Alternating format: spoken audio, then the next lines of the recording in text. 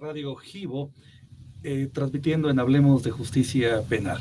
Es un gran gusto estar en compañía, como todos los martes, con el doctor Miguel Ángel Aguilar López, que es un gran experto en materia penal y particularmente en el tema que vamos a abordar el día de hoy. Hemos hablado, charlado las últimas semanas a propósito de algunos tópicos en el ámbito de la justicia penal y particularmente hemos analizado algunos aspectos vinculados con el tema de los derechos humanos y ahora creo que resulta muy importante el poder analizar la defensa misma jurisdiccional de los derechos humanos, un dilema que enfrenta la justicia a propósito de cómo tratar de restablecer aquel derecho que ha sido vulnerado, que ha sido lastimado. Y específicamente en el ámbito de la justicia penal, ¿cómo es que podríamos restablecer un derecho que ha sido afectado hacia alguna persona y que lastima su libertad, su propiedad, sus papeles, sus posesiones? Por ello es que el tema que habremos de abordar el día de hoy se refiere precisamente al amparo en materia penal.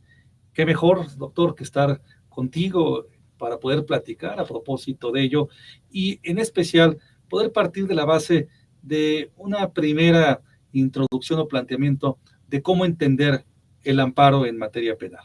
¿Qué opinión podrías darnos a propósito de ello? Me da mucho gusto saludarte, doctor Raúl Plasencia. La experiencia en estos días de estar hablando de justicia penal ha sido una experiencia enriquecedora. Verdaderamente me felicito y con toda certeza felicito a todos los que nos escuchan en la gran acuciosidad, en el gran esmero y sobre todo en la puntualidad de muchos de los comentarios que me dejas toda la semana reflexionando. Siempre que platico con los compañeros alumnos en distintas aulas, trato de poder explicar a través de la construcción de la lógica, la construcción de la idea, la formación del pensamiento, que si nosotros conceptualizáramos, definiéramos lo que es el juicio de amparo, normalmente nos damos una exigencia. ¿Cuánto conocemos? ¿Qué hemos leído? ¿Cuál es lo que hemos abrevado sobre este concepto?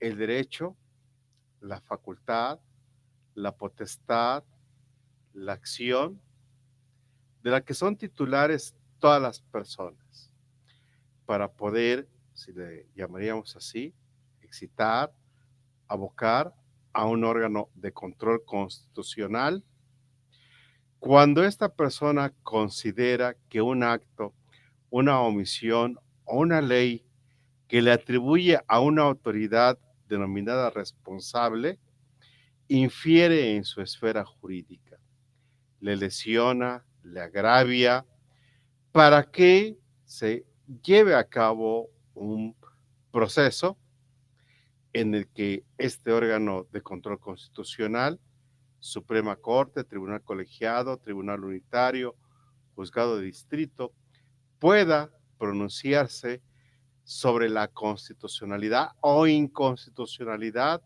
de este acto, esta omisión o esta ley, para que si estima que es violatoria de derechos humanos, pueda exigir el resarcimiento o el respeto de ese derecho humano violentado. Un escudo, un instrumento, una defensa que tienen las personas contra actos de autoridades, para constreñir y ser guardianes a través del juicio de amparo del respeto irrestricto de los derechos humanos. Podríamos partir de esta idea general, Raúl, de lo que sería el juicio de amparo. Excelente, doctor. Sin duda que si el amparo lo vamos a visualizar como un medio, recurso, juicio, escudo para defender los derechos humanos ante actos de autoridad y acción, o bien omisiones, o también en todo caso frente a leyes, creo que tendríamos que precisar también que aludiendo al amparo en materia penal, tendríamos que en principio establecer que habremos de abordarlo desde la perspectiva del amparo indirecto y el amparo directo. Hay en buena medida dos todo caso especies, que son las que podemos aludir, que se refieren a variables diversas. En cuanto al tema del amparo indirecto, que creo que es el que genera mayor preocupación, cuestionamiento, interés, porque alude a esos actos o omisiones que lastiman los derechos humanos, hay un punto en particular que creo que amerita en buena medida se puede charlar. Además de los requisitos para poder interponerlo, el cómo lograr una suspensión del propio acto reclamado y a qué se refiere esta suspensión. Entonces quisiera provocar una respuesta, doctor, a propósito de ello, en el sentido de cuándo procede, por qué procede y en qué casos se autoriza o bien se otorga una suspensión provisional. La naturaleza de la suspensión, figura jurídica de juicio de amparo, coloquialmente para todos nuestros radioescuchas, nuestros amigos que incluso nos ven a través de las redes sociales, incuestionablemente su naturaleza es para mantener, ¿sí?, la materia viva del acto reclamado. Esto es para que no se consuma, se deje sin efecto el juicio de garantías. El juez del amparo va a decretar la suspensión de este acto de autoridad. Coloquialmente diría alguien que juega como niño, en garrote se me hay. La autoridad ya no puede ejecutar, continuar con el acto de autoridad. Verbigracia, para que pueda ser ejemplificativo, si el acto reclamado es una orden de aprehensión, el quejoso estima que esta orden de aprehensión deviene inconstitucional. Él estima que no hay un hecho que pueda ser constitutivo de un delito, o que él no participó, o que él no cometió ese hecho por el cual se le está librando una orden de aprehensión. Solicita a un juez del amparo en vía indirecta que se analice esta orden de aprehensión para que se decrete que esta es inconstitucional, pero solicita en su demanda de amparo se aperture el cuaderno incidental, esto es, para que no sea detenido. El juez del amparo va a analizar la procedencia de conceder o no la suspensión provisional para que la persona no sea aprehendida. ¿En qué supuestos se puede negar la suspensión? Cuando el delito que sea motivo de la orden de aprehensión tenga establecida una prisión preventiva oficiosa, o cuando la persona es detenida en el momento de estar cometiendo un hecho delictuoso. La suspensión no sería una carta de impunidad para que una persona a través de la suspensión cometiera un hecho delictuoso. Se concede la suspensión, normalmente los jueces lo hacen para que esta persona no sea prendida, pero hay condicionantes, lo sabemos, Raúl. Tiene la obligación de, si hay una daño causado, hay una víctima, un ofendido, establecer un monto para poder garantizar esa reparación del daño de manera asequible, de manera proporcional. El criterio no sería necesariamente que asegurara todo el monto. Comparecer ante el juez que ha librado la orden de aprehensión para que se reanude el procedimiento que es de orden público. El juicio de amparo no es ninguna carta de impunidad ni suspende ningún procedimiento para el efecto de que éste no sea detenido. Puede haber otro tipo de medidas como comparecer cada 8 días, cada 15, cada 30 días ante el juez del amparo. La suspensión provisional del acto reclamado se decreta, ¿sí?, a petición del quejoso y surte sus efectos de inmediato. El apercibimiento es de que si no se cumplen los requisitos que se fijan, dejará de surtir efectos esta medida. Desde luego, la naturaleza del juicio de amparo es poder analizar si esta orden es constitucional o deviene inconstitucional. Un análisis meticuloso, un análisis escrupuloso. Habrá que hacer un distingo específico cuando los jueces de amparo decretan la suspensión del acto reclamado. Muchas de las veces se tergiversa esta información, los medios de comunicación informan que se ha concedido el amparo con la sola solicitud, con la sola demanda presentada a un juez. Esto no es así, Raúl, tú lo sabes. En efecto, doctor, creo que es frecuente que escuchemos y sobre todo encontremos publicado en los medios de comunicación que una persona ya se amparó, le fue otorgado un amparo. Y la precisión que tú formulas creo que es muy importante. Una condición y cuestión es que se presente una solicitud del amparo. Otra cuestión es que se inicie un incidente para resolver sobre la suspensión del acto reclamado, provisional o definitiva. Y otra condición completamente distinta, que se otorgue el amparo, la protección de la justicia federal a una persona ante un hecho que ha quedado acreditado que es contrario al respeto de los derechos de esta persona. Pero cuando dimos a esta suspensión provisional que bien señalas tú, una pregunta, ¿cuánto tiempo se puede mantener la suspensión provisional una vez que se otorga? Y por otro lado, es común, como bien lo decías tú, que se fije alguna garantía para que se pueda hacer efectiva esta suspensión provisional o en su caso que se establezcan algunas medidas a cargo de quien solicita el amparo. Entonces, preguntarte si nos podrías hablar un poco de la temporalidad de la suspensión provisional, cuánto tiempo es el que puede mantenerse como tal, y por otro lado, estas garantías, cuáles son, cómo se fijan y sobre la base de qué criterios. Los criterios son muy diversos. Habría que poder analizar cuál es el acto de autoridad que se está reclamando. Una incomunicación, torturas, destierros. Se requiere que la autoridad a quien se le atribuye el acto, en primer lugar, suspenda de inmediato cualquier acto de tortura, de incomunicación.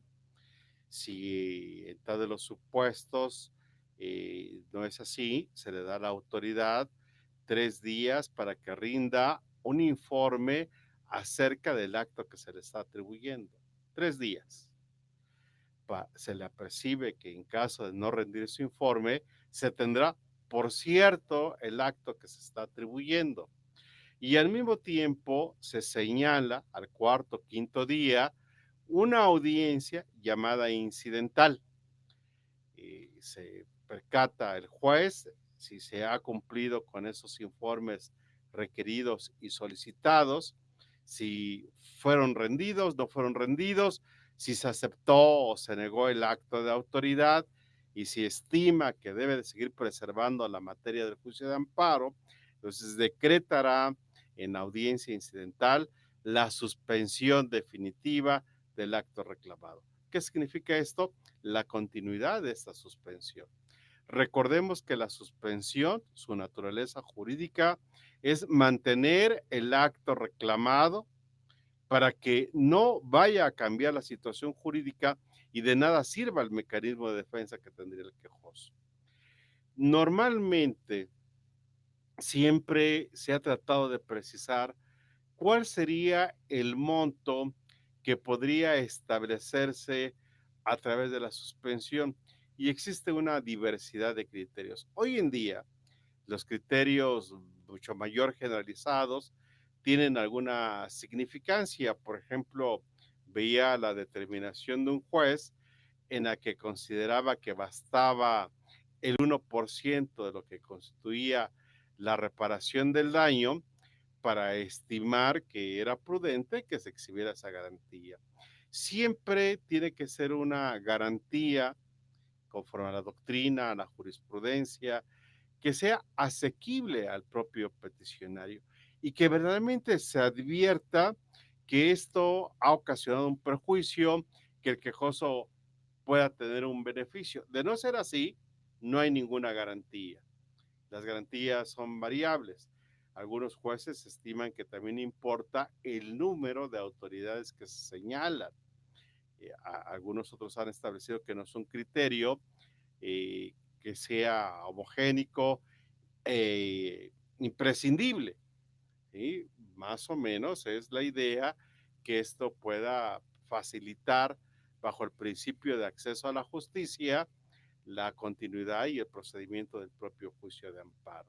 Si ostensiblemente, en la ponderación de un caso concreto, se evidencia un beneficio tangible, pues hay algunos jueces que incluso han estimado que se debe de garantizar el monto de la reparación del daño causado. Esa es una idea generalizada, Raúl.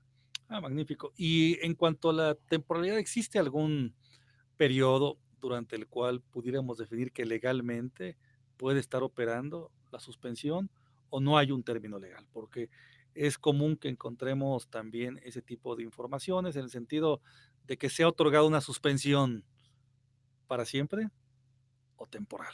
Mira, Raúl, y el ejemplo es una orden de aprehensión. Vuelvo a insistir en el ejemplo. El juez concede el amparo. Puede señalar el juez para que se concede la suspensión que surte sus efectos de inmediato. Como requisitos de efectividad, debes de garantizar con 10, 15, 20, 30, 40, 50 mil pesos, depende de la ponderación del caso concreto. Debes de comparecer en el plazo de 3 días ante el juez quien ha librado la orden de aprehensión y ponerte a su disposición. Y al día siguiente acreditar a este juzgado de distrito que compareciste sin ningún problema. En todos los supuestos, las personas exhiben las constancias, la garantía económica exigida, que comparecieron el juez y en todos los supuestos la suspensión sigue surtiendo sus efectos. Si está latente la orden de aprehensión, el juez va a decretar en la audiencia incidental una resolución llamada interlocutoria para que se otorgue la suspensión definitiva. ¿Cuánto dura la suspensión definitiva? Dura hasta que causa ejecutoria la sentencia que se dicte en el cuaderno principal del juicio de amparo. La idea estructural es que las audiencias constitucionales en el cuaderno principal, donde se analiza la constitucionalidad del acto, se fijan dentro de los 30 días a la admisión para dar oportunidad a los informes, quedar preparada este juicio de amparo, y una vez que se determine en sentencia y esta causa ejecutoria, es lo que subsiste la suspensión del acto reclamado. No es indefinida, no es por siempre ni es para siempre. Lo que es para siempre y es definitivo es la sentencia que se dicte en el cuaderno principal que analiza la constitucionalidad o inconstitucionalidad del acto reclamado. Si una persona se le niega el amparo y protección, esto es definitivo. Si una vez que causa ejecutoria y viceversa, si éste obtiene una sentencia de amparo, tendría ese mismo sentido. En ese orden de ideas, habrá que tener muy en claro que el hecho de que se dicte una suspensión no implica en buena medida que haya quedado ya resuelto el asunto, sino que está pendiente todavía el fondo. Y aludiendo a esto que comentabas de la audiencia que se lleva a cabo dentro del incidente de suspensión, ¿por qué nos comentas un poco qué sucede en esta audiencia? El juez tendrá que tomar en consideración algunos elementos para resolver si mantiene la suspensión o bien si ésta se levanta. ¿Qué sucede en esta audiencia y cómo es que nos preparamos para la audiencia incidental? ¿Qué tendríamos que preparar y cómo llevar la audiencia? El juez, en cuanto admite la demanda de amparo, es el mismo día de la presentación, a más tardar el día siguiente, ordena la apertura del cuaderno incidental y requiere en el plazo de 24 o de 72 horas se rinda el informe justificado, se fija la audiencia incidental en el día 5 normalmente, y las autoridades comparecen por escrito a esta audiencia con lo que se llama informe previo. En el informe previo, la autoridad únicamente dice si es cierto o no es cierto el acto reclamado. Si a las autoridades a quien se les atribuye el acto reclamado niegan el acto, esto es que libraron la orden de aprehensión, el juez en la audiencia dice, pues no existe el acto de autoridad, no hay materia sobre la que decretar la suspensión y por lo tanto podría negar la suspensión definitiva. Si las autoridades admiten el acto de autoridad, bueno, para seguir manteniendo la naturaleza y el acto reclamado y resolver en su fondo, se concede la suspensión definitiva. Pero tendríamos nosotros que tener en consideración que todo juicio constituye un contradictorio. La autoridad podría negar el acto de autoridad y por lo tanto, con los informes, el quejoso, por sí o a través de sus representantes legales, podían rebatir una negativa y decir, claro que sí existe una orden de aprehensión. ¿Te parece que demos una pausa y continuemos en este aspecto que nos hemos quedado y que has mencionado tú, que me parece muy importante? Cuando hay una clara contradicción entre lo que afirma el quejoso y lo que señala la autoridad. El quejoso manifiesta que hay un acto que le ocasiona cierta molestia y la autoridad dice simplemente no es cierto. ¿Qué hacer para poder determinar quién está diciendo la verdad y quién no? Damos un breve espacio y continuamos con esto, si te parece. Desde luego que sí, Rafa, con mucho gusto.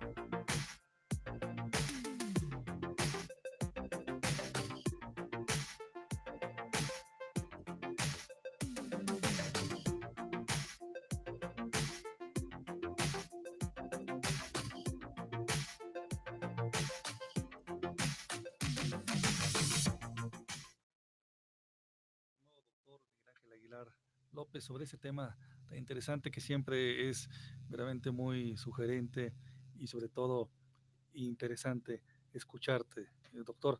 Y aludíamos a esta fase de la audiencia dentro del incidente de suspensión provisional.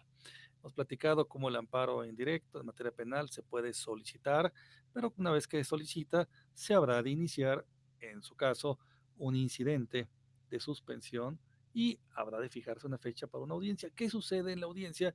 Y particularmente, ¿qué sucede y qué hacer frente a esos casos en los que la autoridad simplemente dice, como son muchas las ocasiones, no es cierto lo que dice el quejoso, y el quejoso en qué condición queda? ¿Qué tendría que hacer? ¿Tiene la oportunidad de contradecir, de poder demostrar lo contrario, o nos quedamos ya ante el puro dicho de la autoridad? Raúl, la experiencia de la práctica forense que he podido percibir, normalmente en el 99.9% de las audiencias incidentales no comparecen las partes. Bajo un principio de buena fe, estiman que lo que informa la autoridad es verdadero, es real. Y bueno, si la autoridad dice no es cierto el acto reclamado, incuestionablemente no hay una orden de aprehensión. Si la autoridad señala sí es cierto el acto reclamado, bueno, entonces se va a prorrogar la suspensión con carácter definitiva para seguir manteniendo la materia del juicio de amparo. Sin embargo, en esta práctica forense de más de 30 años, ha llegado la ocasión que la autoridad niega el acto reclamado. La policía, la fiscalía, el Ministerio Público, para hacer una expresión más genérica, incluso los propios jueces pueden tener algún acto omisivo, pueden haber dicho no es cierto el acto reclamado cuando este sí es cierto.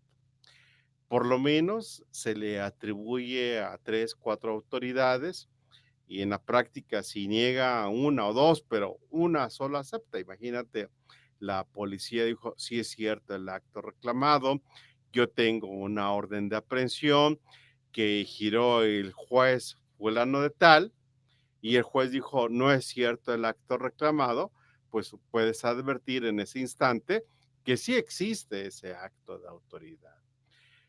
En algunas ocasiones he tenido la experiencia que la autoridad envía un oficio y dice, mira, en alcance tuve un equipo y no teníamos perfectamente registradas nuestras órdenes de aprehensión, pero ya al hacer una revisión meticulosa, sí existe el acto reclamado. Fue un error involuntario, diríamos, ¿no?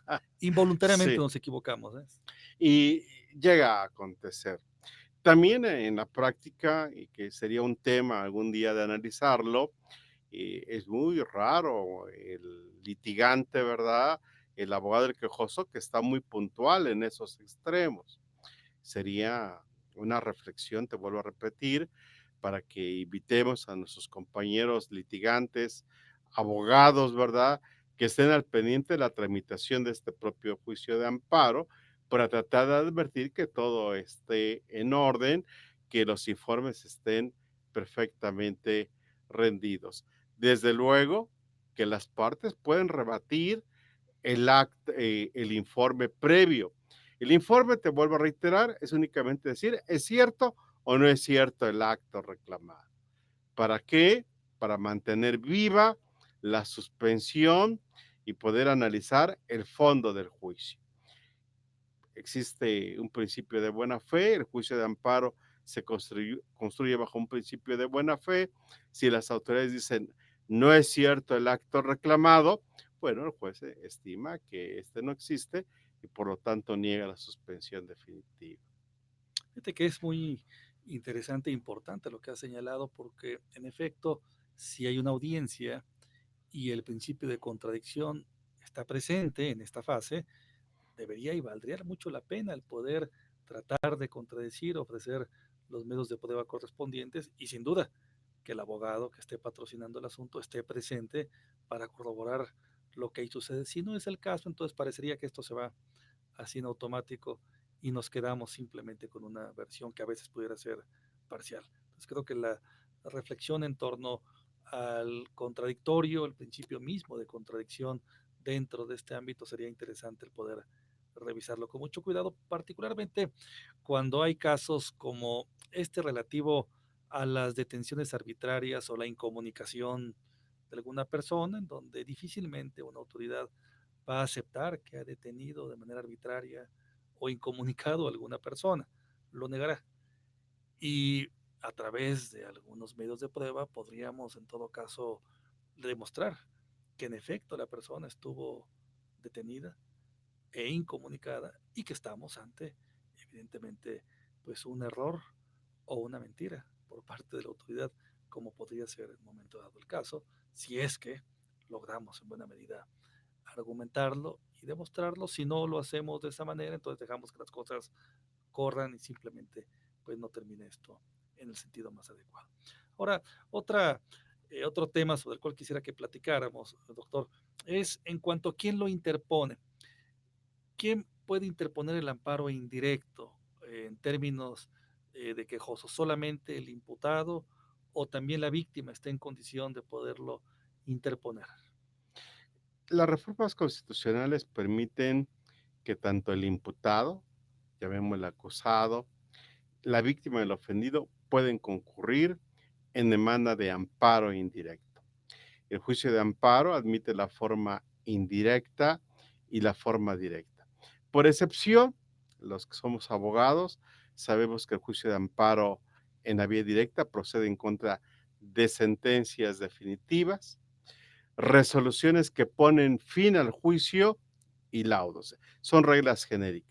Violaciones cometidas durante el procedimiento también se analizan a través del juicio de amparo directo. Por excepción, al contrario sensu, en los demás supuestos procede el amparo indirecto. La propia ley nos da supuestos perfectamente establecidos en los que procede el juicio de amparo en la vía indirecta, en contra de leyes, de actos dictados dentro, fuera o concluido el procedimiento, por personas extrañas a juicio, contra actos de imposible reparación y en contra de omisiones del Ministerio Público, algunos supuestos jurídicos que hacen factible que el imputado, la víctima ofendido, puedan concurrir en juicio de amparo contra la determinación de una vinculación a proceso, antes conocida como formal prisión. Puede el imputado, la víctima del ofendido, concurrir en juicio de amparo en la vía indirecta, incluso en contra de la no vinculación, en contra de un auto de libertad, lo podría hacer la víctima ofendido, en contra de actos omisivos, que no se determina la carpeta de investigación, la averiguación previa, en algunos supuestos que no se admiten pruebas, que no se investiga. Son infinidad de supuestos que tanto la víctima ofendido y el propio imputado pueden concurrir en la vía de amparo. En esta ronda de ideas hoy tendríamos que estar ciertos que tanto una como otra parte está en condición de poder recurrir a la protección de la justicia federal, tanto el imputado como la víctima. Y partiendo de la base de lo que podría, en todo caso, manifestar el imputado, diríamos que podría argumentar alguna violación, omisión, exceso durante la etapa de investigación no judicializada.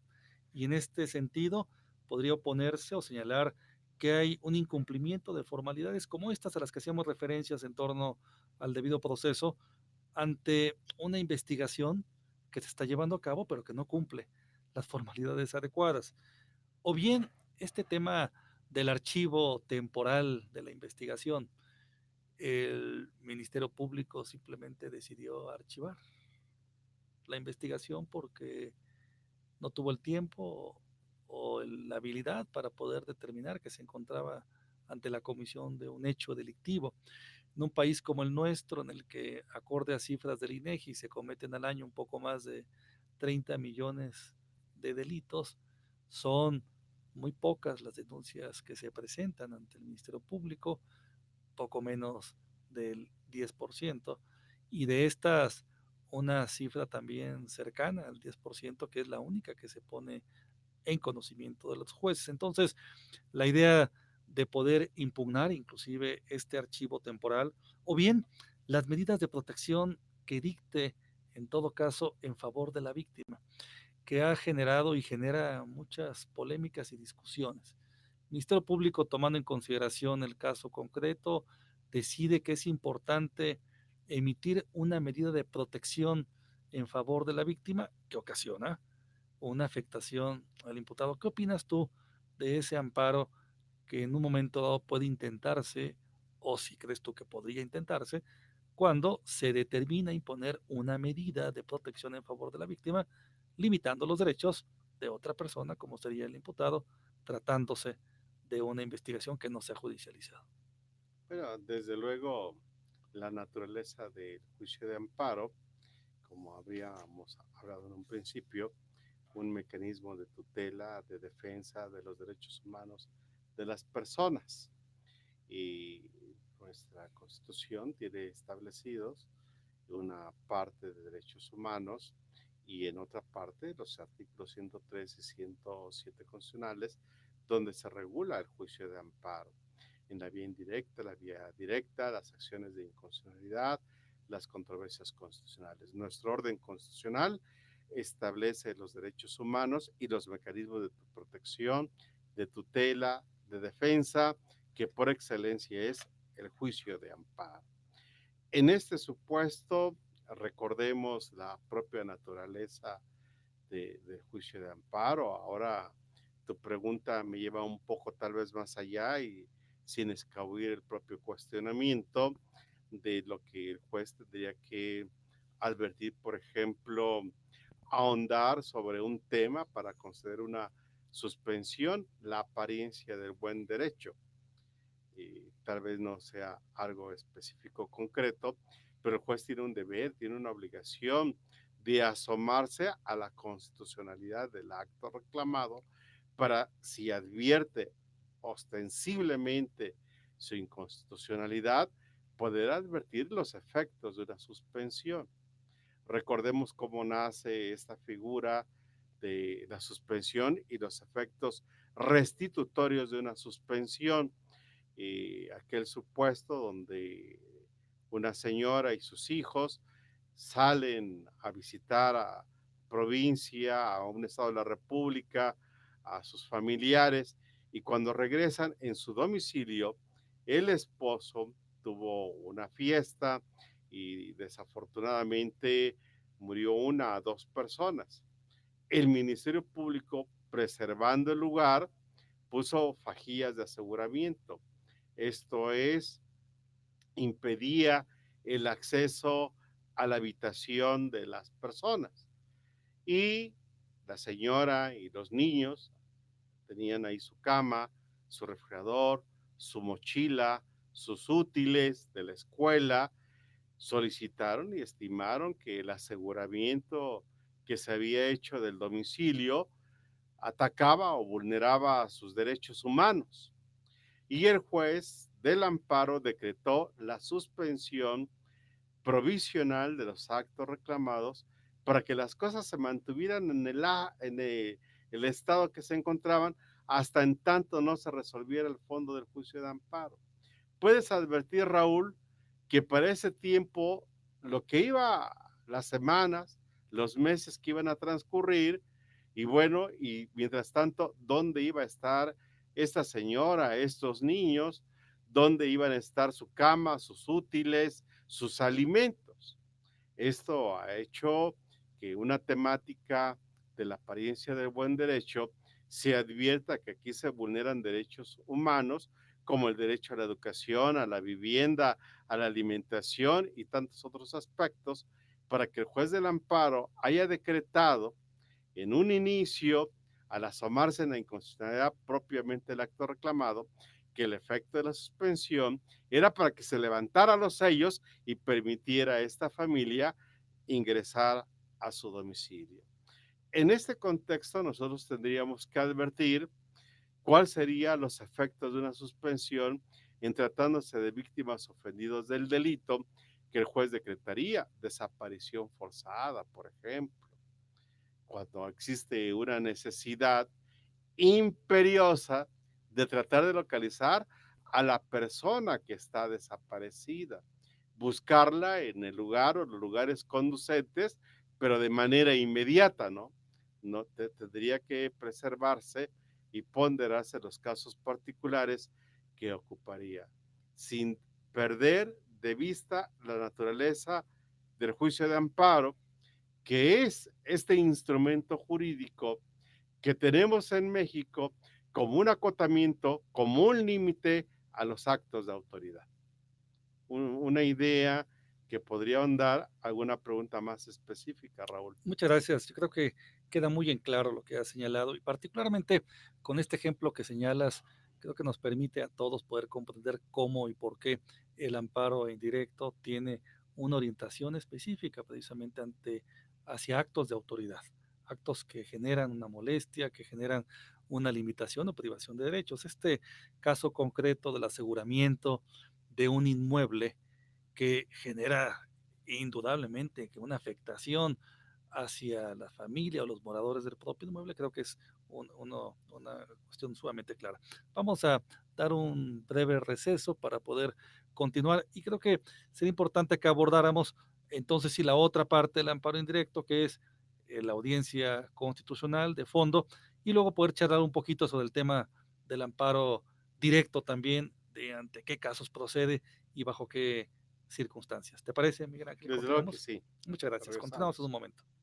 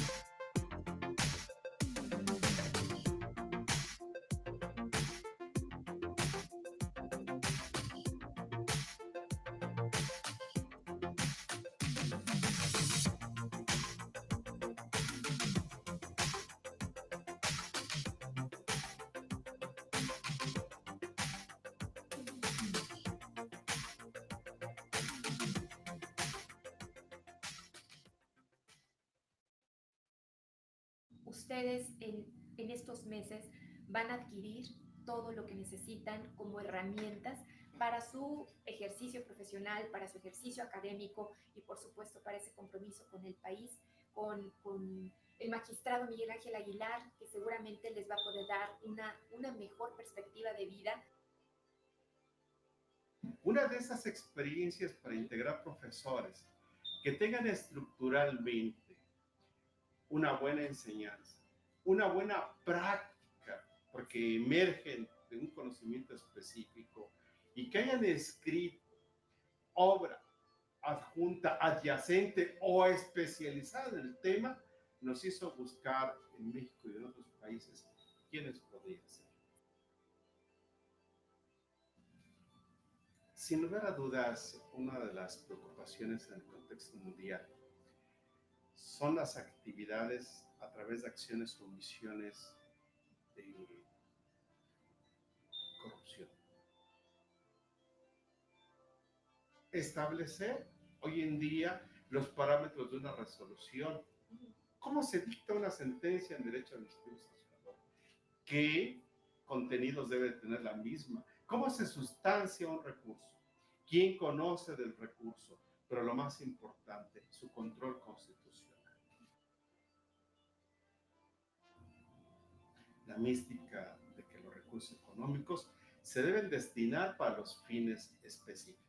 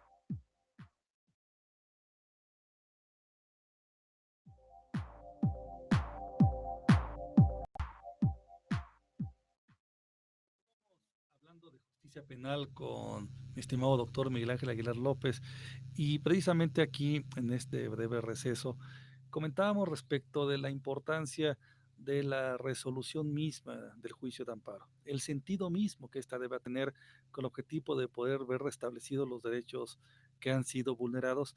Y en este aspecto quisiera en buena medida provocarte para alguna respuesta y comentario a ese respecto. ¿Cómo en buena medida y hacia dónde debe orientarse el fallo, la resolución en materia de un amparo indirecto en el ámbito penal? Para mí es muy importante la demanda de amparo, la acuciosidad que está expuesta y el abogado, los abogados que actúan a nombre del quejoso, de los terceros interesados y de las autoridades responsables tienen, deben tener un dominio claro del juicio de amparo. Y por ahí tuve noticia de un asunto en donde a una alumna de una preparatoria de una universidad pública y días antes de los exámenes finales del último año de la preparatoria fue expulsada por el director de la preparatoria, Raúl. Y el papá, abogado, presentó una demanda de amparo y en el capítulo de suspensión expresamente señalaba que se le considera la suspensión provisional para que las cosas se mantuvieran, ¿sí? Tal y como aparecían hasta este momento procesal. O sea, con la expulsión de la joven. La expulsada, la joven. Y esto quiero poder acotar de la enorme importancia de la interposición de una demanda de amparo. Afortunadamente el juez acuciosamente también pudo traer a colación y la apariencia de buen derecho, donde es asomarte a la constitucionalidad e inconstitucionalidad propiamente del acto reclamado. Evidentemente que el director de una escuela preparatoria, conforme a las legislaciones universitarias, no está facultado para expulsar a una persona. Así es. Son los tribunales universitarios, previo los procedimientos respectivos, bajo garantías de audiencia, contradictorios, los que tienen que llegar a una resolución, pero no es el director, por lo que ostensiblemente el acto que se le atribuía al director era inconstitucional. El juez, con toda puntualidad, concedió la suspensión provisional para el efecto de que esta alumna fuera inmediatamente restituida en el salón de clases y pudiera seguir recibiendo clases y presentar los exámenes que estaban a una semana.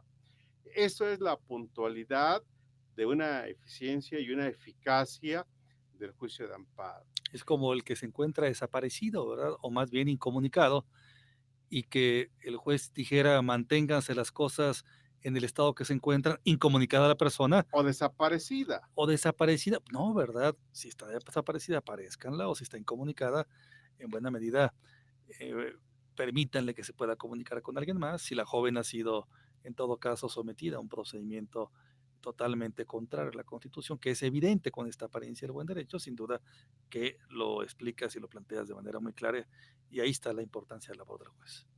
Y desde luego, y mira, por ejemplo, la ley de amparo nos da los parámetros que debe tener una sentencia de amparo. La fijación clara y precisa del acto reclamado. Señalarlo muy simple, la vinculación a proceso, la sentencia y la exclusión probatoria, la medida cautelar decretada, de manera simple, de manera sencilla. Y en el apartado número 2 nos señala la exposición sintética y analítica de los conceptos de violación o de agravio. Esto es el disenso que tiene el quejoso para combatir ese acto de autoridad. Ya sé que combato, ahora expongo por qué combato. ¿Cuál es la razón? ¿Cuál es el motivo? ¿Dónde está la violación flagrante, el agravio que me está ocasionando? Viola mi presunción de inocencia, el debido proceso, la defensa adecuada, el acceso a la justicia, ¿sí? El análisis de todas las pruebas que aparezcan desahogadas en el acto reclamado.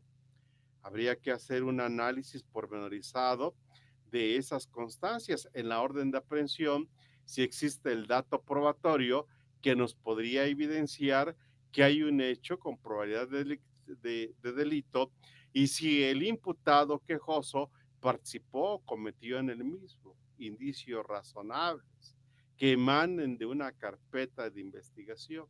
Las consideraciones, los fundamentos legales que tenga el juez para hacer un análisis y conceder, negar o sobreseer en el juicio de amparo.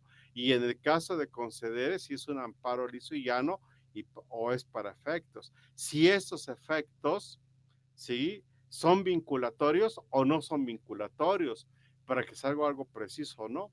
La propia ley de amparo nos señala un gran pendiente que tendrá que ser motivo de muchas pláticas, Raúl, de muchos conversatorios. Señala que en la suplencia de la queja, los jueces, tal y como lo señala el 17 constitucional, deben de optar por resolver el fondo de los juicios, del juicio de amparo, el fondo, antes de analizar violaciones al procedimiento o violaciones de forma. Para mí no es sino un reclamo nacional y ya sé que nuestros compañeros abogados, nuestros amigos abogados en todo el país nos van a decir que es un pendiente resolver los fondos del juicio de amparo. Yo les diría a nuestros amigos que sí es un pendiente, pero esos conversatorios, sin ánimo de responsabilizar a nadie, sin ánimo, Raúl, de decir quién tiene la culpa, sino poder edificar, y eso es el fondo de esas pláticas que tenemos, la construcción de un buen hacer en el derecho, en el juicio de amparo, en el derecho procesal, implicaría también mucho la importancia de cómo expongo estos conceptos de violación.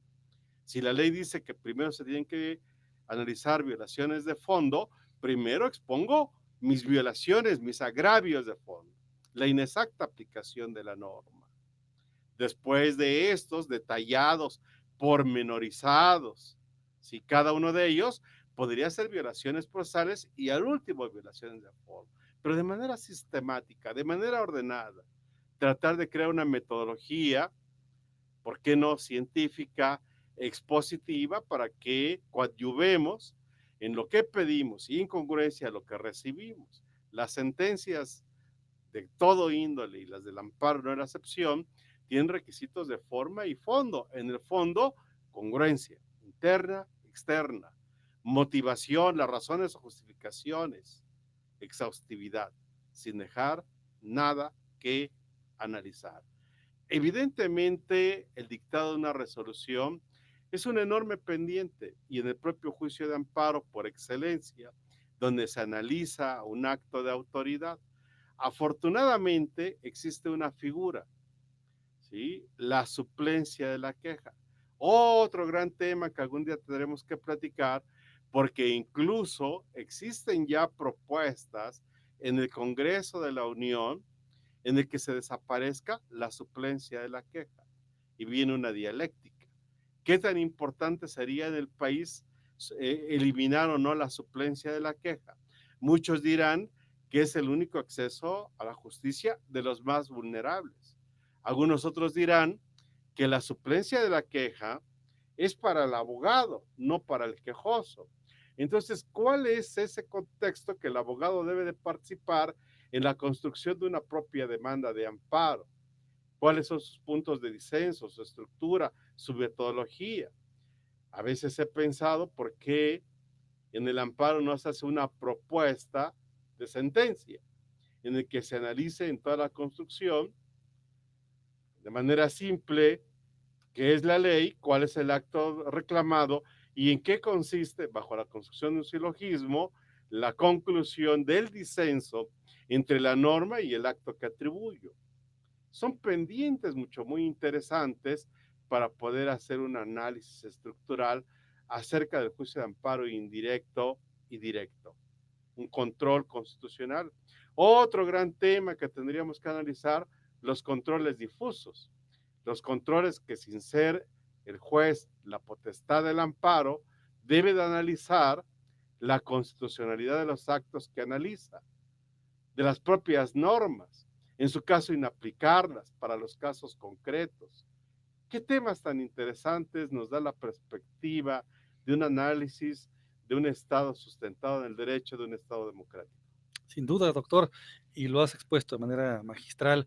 Y particularmente quisiera enfatizar esto que has argumentado en torno a los razonamientos que deben formularse en términos de planteamientos al momento de construir sus conceptos de violación, en los cuales haya una claridad en cuanto al fondo de lo que está solicitando, como bien lo planteas tú, y por supuesto, posteriormente en cuanto a la forma y finalmente en aspectos de índole procesal, para que entonces sí, desde el planteamiento inicial pueda observarse, como bien lo identificas tú, una especie de resolución que se somete a consideración, pero no solamente sobre la base de alguna idea suelta, sino una construcción sólida, vinculado con lo que está ahí, precisamente ofreciéndosele al juez para que resuelva, y que esto nos lleva a un último punto que quisiera que platicáramos, doctor, a propósito del amparo directo, cuando lo que estamos combatiendo es el contenido mismo de la ley.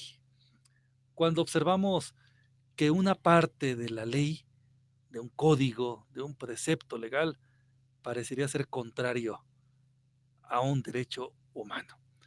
Ese razonamiento en cuanto a la construcción, cómo lo visualizas que debe llevarse a cabo, con el objetivo de clarificarle, presentarle al juez cuál es, en buena medida, el ejercicio que debe llevarse a cabo y la resolución que se esperaría a propósito de un concepto, de un elemento, de cierto precepto legal que se tacha de ser contrario a la Constitución o a los derechos humanos. Extraordinaria pregunta. El artículo primero de nuestra Constitución política señala que todos somos iguales ante la ley, que el marco de tutela de esa igualdad de todas las personas mexicanas y no mexicanas que estamos en México es bajo la protección de la Constitución y de los tratados que México ha suscrito, que se ha comprometido y que se ha obligado a su observancia. Hay dos grandes ordenamientos legales, la Constitución y los tratados. Se ha hablado en el tema de los derechos humanos que la jerarquía entre ambos ordenamientos legales es exactamente igual. Ni la Constitución está encima, ni el tratado. Un plano de igualdad. La convencionalidad nos señala que el ámbito de protección está en estas normas. Incluso el principio por persona, la protección debe ser de mayor amplitud, cuya norma tenga maximizado un derecho. Por lo que el legislador secundario puede establecer infinidad de normas, reglas del juego. Pero estas reglas, en un momento determinado, pueden ser contrarias, inobservantes o violatorias de preceptos constitucionales, que afecta la relación entre las autoridades y los gobernados. Hace unos días la Corte Mexicana ha resuelto por lo menos dos casos en el sistema acusatorio. En la materia de la apelación, si el apelante, ¿sí?, imputado no presenta agravios al interponer el recurso de apelación, la norma sostiene que el recurso es inadmisible y por lo tanto los tribunales desechan. La Corte ha hecho una interpretación y ha dicho no, no, no. Lo que tienes que hacer es una suplencia de la queja. El no exposición de agravios no es desechar. El acceso a la justicia implica que suplas en lo no dicho. Yo he estimado, bajo la teoría general del proceso, que hay nulidades relativas y nulidades absolutas. Una nulidad relativa es la omisión de presentar estos agravios, por lo que el juez, el tribunal de apelación, puede sanear la omisión en un plazo perentorio que se le dé al quejoso para que apelante presente sus agravios. Esa es una idea estructural. Y en otro aspecto, la Corte acaba de resolver que en la naturaleza de la apelación es poder hacer análisis probatorio de las pruebas desahogadas en la audiencia, poderlas analizar, porque la propia norma restringe ese análisis. La Corte acaba de hacer un pronunciamiento. ¿Qué es lo que ha dicho la Corte luego? Que los preceptos legales que regulan el desechamiento del recurso o la limitación del recurso son inconstitucionales. Si respondo tu pregunta, la construcción de un concepto de violación donde tildes inconstitucional una ley secundaria debe de ser bajo la creación de un silogismo. ¿Qué nos dice el precepto constitucional? Por ejemplo, el marco de jerarquía normativa en el artículo primero constitucional, interpretación conforme, pro persona, convencionalidad, tutela judicial efectiva, en concomitante con el 17, acceso a la justicia, recurso efectivo, debido proceso legal, ¿sí? Y entonces das un marco constitucional. ¿Cuál es tu premisa mayor? Los preceptos constitucionales. Puedes ahondar con preceptos de la convencionalidad, de convencionales como el Pacto de San José, ¿sí? En el que vas a analizar la Convención Americana de los Derechos Humanos y esos derechos que profesamente te señala este orden normativo. Aquí está tu premisa mayor. Marco constitucional, tratado, en donde te otorga y te da esta protección. Premisa menor, la norma que tildas de inconstitucional. El precepto que señala que si no expongo agravios, se debe de desechar, viola ese marco constitucional, sería tu conclusión. El argumento, las razones, las consideraciones por las cuales fundadamente, motivadamente, razonadamente explicas por qué esta norma secundaria es violatoria de los derechos humanos que se consagra en los tratados y en nuestra Constitución. Esto es la forma en que se debe exponer un concepto de violación que tilde de inconstitucional una ley. La construcción de un silogismo no es la única estructura metodológica. Hay estructuras metodológicas históricas, progresivas, inductivas, deductivas, analíticas, sintéticas, a contrario sensu, reducción al absurdo, infinidad de estructuras metodológicas para poder exponer una idea que resuelve un problema. Trato de sintetizar a través de un silogismo simple y llano. La Constitución dice esto, la norma secundaria dice esto, por lo tanto, esta norma secundaria viola este marco constitucional. Esa es una idea de tildar inconstitucionalidades de normas. No, pues magnífico, doctor, creo que lo has expuesto de manera excelente, impecable. Y bueno, podríamos seguir platicando sobre el amparo en materia penal, directo, indirecto, y seguramente continuaremos en las siguientes sesiones hablando de justicia penal, sobre estos temas que habremos en las siguientes sesiones de abordar, particularmente iniciando con la primera etapa o fase donde se desencadenan toda esta serie de circunstancias. La labor de los policías, el informe policial homologado, que es, dijéramos, la semilla misma en donde se gesta todo este proceso penal. En la siguiente sesión, pues los invitamos para poder continuar charlando de estos temas y sin duda que podamos hilvanar tanto el tema del amparo en materia penal, la prisión preventiva, el hecho del debido proceso, el derecho al debido proceso, con un aspecto tan importante, si te parece, doctor, como lo es esa forma en la que se elaboran las actuaciones por parte de los policías que se integran a un informe policial homologado y que van a ser sometidas a consideración de un agente del Ministerio Público, eventualmente ante un juez, y que podrían dar lugar, quizás podrían dar lugar, como en muchas ocasiones se genera, al amparo indirecto en materia penal. ¿Te parece que platiquemos la siguiente sesión de ello? Mi querido Raúl, secundo lo que hemos platicado tú y yo, el interés de conversar, de hablar, de platicar, de justicia penal, tiene que decantar en una estructura bien definida. Y en tal de las suertes, la etapa de investigación inicial tendría que destacarse con el informe policíaco homologado, en donde muchas de las circunstancias tendrían que verse adyacentes. Será importante incluso para el control de la detención, flagrancia, caso urgente, para la licitud probatoria de lo asegurado, de la cadena de custodia. Creo que este informe es un punto importantísimo en el tema procesal y esto dará orden y secuencia para hacer un recorrido procedimental de nuestro Código Nacional y de las figuras más paradigmáticas y, por qué no decirlo, más polémicas. Desde luego que sí, aporto, abono, estudiaremos estos temas para seguir conversando y ser puntuales de lo que la jurisprudencia, la doctrina, la práctica forense ha desencadenado en estos aspectos.